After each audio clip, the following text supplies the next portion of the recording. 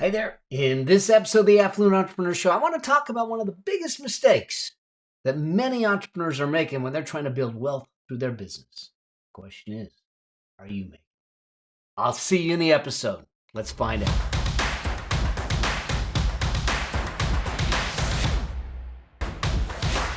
All right, this one's going to be a cool one because this is a question or a comment that I actually get often as I travel. I get a chance to travel around and speak around the country and around the world on entrepreneurship, on wealth creation and money and business and thought leadership and different things.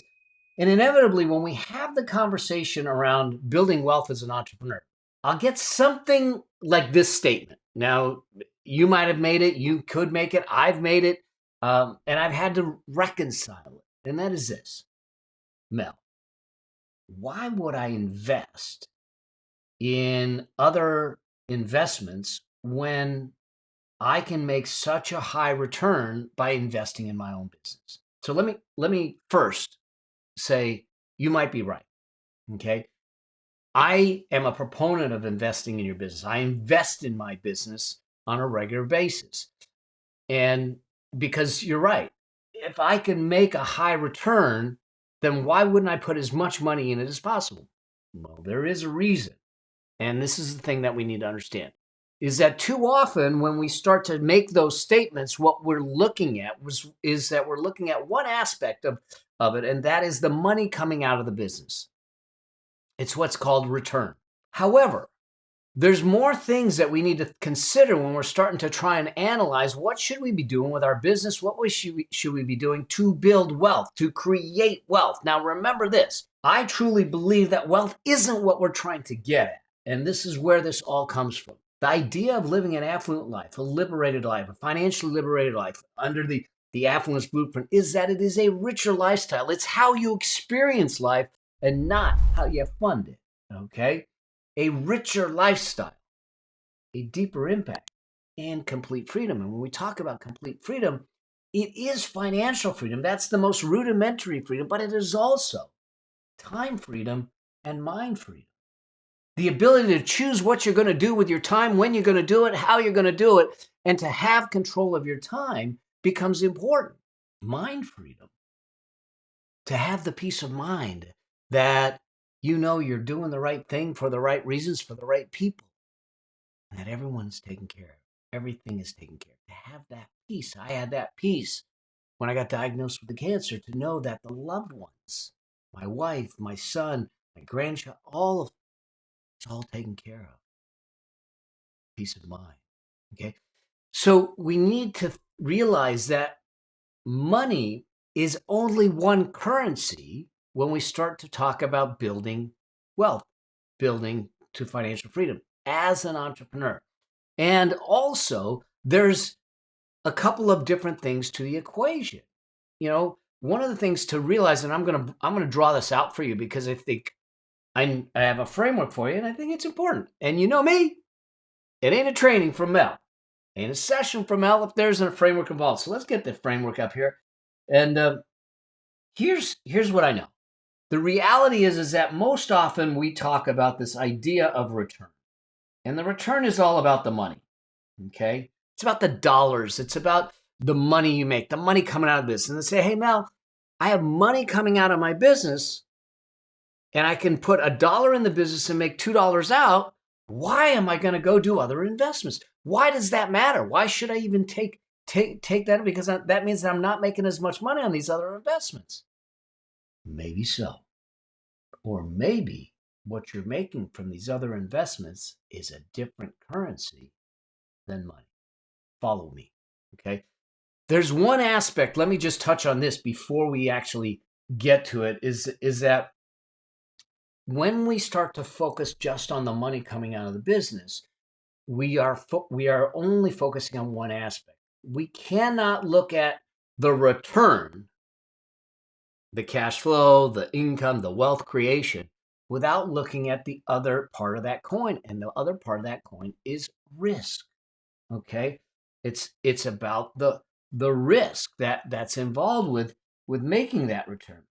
And so what happens is that we tend to focus primarily on the return without looking at the risk associated with the return. What do I mean by that? Let's just talk about just basic investment theory. You have the opportunity to make an investment in anything from stocks, bonds, T-bills, businesses, alternative investments. And what happens is that they go on a spectrum of risk. So, and this spectrum of risk goes from risk-free, okay?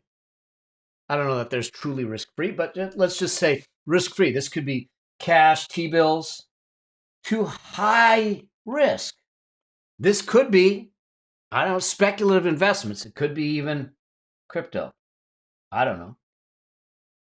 It could be startups because they're higher risk. But what happens is that, but what am I going to get on a T-bill? Or let's say a savings account, 0.5%. We get very little return because we're taking very little risk. But if I'm going out here and I'm going to fund a startup, what do I expect as a return? It could be 30, 40% or more. Why? Because I'm taking on more risk. So what happens is you start to look at different investments on this spectrum. This could be a long-term bond. This could be a large company stock. This would be like a Google or a Microsoft or something. This could be then you could have a small company stock, private companies. Okay. I'm just making this up in the sense that we start to see that as we move this way, risk increases. Your exposure increases, which means that our expectation is that when we get further down this line, that we're going to make more. It also means we could lose more, okay? When we're offered a high rate of return, what they're compensating you for is the risk associated. So that's just basic risk versus return theory that we need to think about when we are trying to build wealth. We don't just blindly go in and say, I don't care, throw caution to the wind. And I'm just going to go for the highest return possible. Well, because the highest return possible probably means it's the highest risk possible. And it may not be in your best interest. So there's return and there's risk we need to consider. The other thing that we need to consider in this framework, in this model, is your time. Okay? Your time. Your time is a valuable asset. And too often what we're doing is we're not thinking about the time involved with running the business. How much of it does it take? Here's what I mean. If we look at the different currencies, the different ways that we invest in our business, money is only one way. So we invest with money, we invest with time, we invest with energy, we invest with effort, we invest with expertise. All of that's going into the business. Now, if you've listened to me for any length of time, I believe that our wealth should be measured in time and not money. In other words, the reason we want the money is because we want to control our time. We want to buy our time back. When we are rich in time, in the sense that we can control the moments of our life, what we do, when we do it, how we do it, we start to build the richness in life. On the other hand, we could be making a lot of money, working 10, 12-hour days, 7 days a week, on that treadmill, running like crazy, stressed out like crazy, no control of our time, no time with the family, no time to yourself, none of that. But we got a big bank account. To me, that's not rich. To me, that's not rich. I don't know about you. Okay? So why I say this is that I think that we need to, when we start to look at why should we invest outside the business, it's because of the other currencies and not just money. And when I hear the statement, Mel, I can make more money by putting it back in my business, yeah, you might be right. What's it costing you in the other currencies of time, in effort, okay? And all of the other stuff that has to be put back into it. Watch what happens with this. When we get this right, if we have the risk dialed in, okay, if we have the risk dialed in properly, okay, and we have the return dialed in properly, what you're going to find is that you know what your tolerance is when it comes to risk. We all are willing to take on some risk. Some are willing to take on more than others, okay? And our tolerance will change over time. There was a time that I would have considered, look, when I was 18 years old, for a couple of years, for about 3, 4 years, I did stunt work for the movies. I was doing high falls, jumping off buildings. Not a smart thing, okay? But I was doing it. Would I do it today? Nah. I had a close call one time, and that's what got me out of that business, or we wouldn't be having a conversation. Okay? I had a really close call from 4 stories. Now, point being is that my tolerance for risk back then is different than my tolerance for risk today. This will shift and change, but it is the connection point between risk and return. Okay. Second thing that we need to understand is that depending on how much time we have, time to invest and time back from that investment will determine the capacity to take on risk. Okay. How much capacity do I have? In other words, and I did a whole video on this. We can hook it up later on risk. But how much capacity? Because if things go south on you, do you have the time to recover? Do you have the wealth to sustain yourself? Capacity starts to come into play. And then the third piece of this that hits when we do this right is that when we have the return right and we have time on our side, or we get our time back, we actually have a tremendous amount of potential. And I use the term potential because this is the potential for you to create additional wealth and freedom. Now, you might be saying, well, Mel, why is it potential? Because just because you have the money coming in, the return, and just because you have time on your side, doesn't mean that we're going to use it correctly. Because I know a lot of people that have money coming in like crazy, they have money going out just as crazy. And they're not building anything beyond the business. And what happens is that they're not building wealth other than inside the business. And this is the thing that I think we need to be aware of. And I get it. You can build wealth in a business. Okay? I'm building my business, and at some point I might get a chance to sell it. And this is what most entrepreneurs are thinking about, is that hey, my business is my wealth. Well, it's that whole adage of what happens if we put all our eggs in one basket. There is a chance that you could possibly sell your business if you do it correctly. There is also just as good a chance, if not better, that your business isn't sellable, that no one's going to buy it, or they're not going to buy it for what you want for it. So investing 100% of everything into it, I think, puts you at more risk. Granted, you might get a great return on the other end.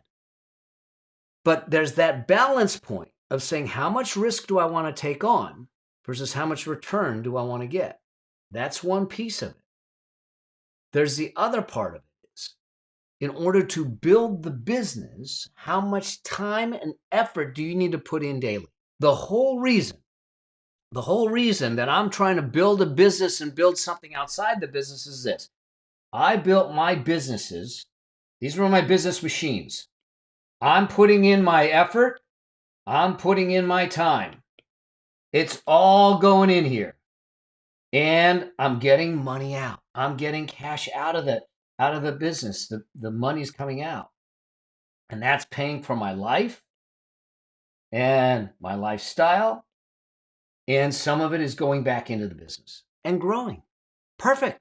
That's what we want to do.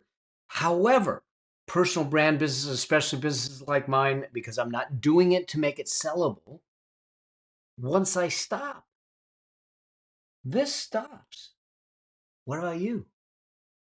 So what I'm doing on the other side is then building this money machine, a wealth machine from the business. So I'm taking some of the cash and I'm moving it here to build this. Am I getting the same kind of return as I do in my business? Probably not. Definitely not. However, that's only the return in money. See, this doesn't take the time and effort that this does. Much lower time and effort. That means what the money machine is really doing is it's giving me my time back. It's giving me my effort back. It's giving me my energy back. I'm not solely focused on the business as the only method for me to make money or to build wealth. This is what allowed me to navigate the cancer without financial stress. I had the business machine and I had the money machine. The business machine creates the cash flow. The money machine gives me my time and freedom. It gives me the peace of mind because it doesn't require the same level of time and effort and energy to keep the business going. Okay? And so this is the thing that we need to think about, because if everything is going into the business, well, what happens if you can't do the business anymore? Could be a pandemic, could be your own health, could be your own choice. If everything's going into it, but you can't do it for whatever reason, then what happens to your financial future?